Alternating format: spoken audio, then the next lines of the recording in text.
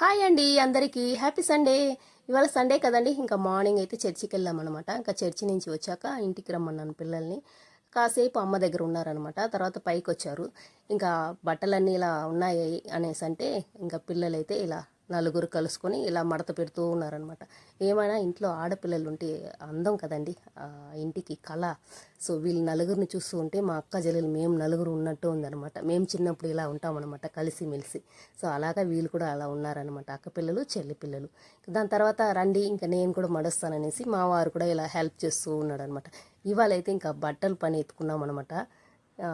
ఈరోజు సండే అయితే ఇలా జరిగిందనమాట. ఇంకా పిల్లలు మొత్తం ఇలా క్లీన్గా మడిచిపెట్టేశారండి.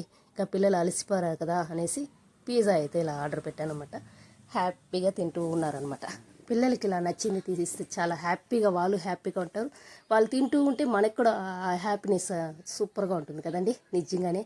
సో ఇంకైతే ఇలా ఎంజాయ్ చేస్తూ ఉన్నారనమాట. ఈ సండే అయితే ఇలా ఎంజాయ్ చేస్తామండి మేమైతే. సో అప్పుడప్పుడు పిల్లలు కూడా ఇలా వచ్చేవాళ్ళనమాట. చాలా రోజులు అయిపోయింది వీళ్ళు ఇక్కడికి ఇంటికి రావడము.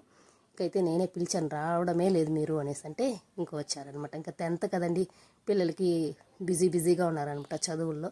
ఇంకైతే వచ్చేస్తారనమాట. ఈరోజైతే నేను హ్యాపీగా ఎంజాయ్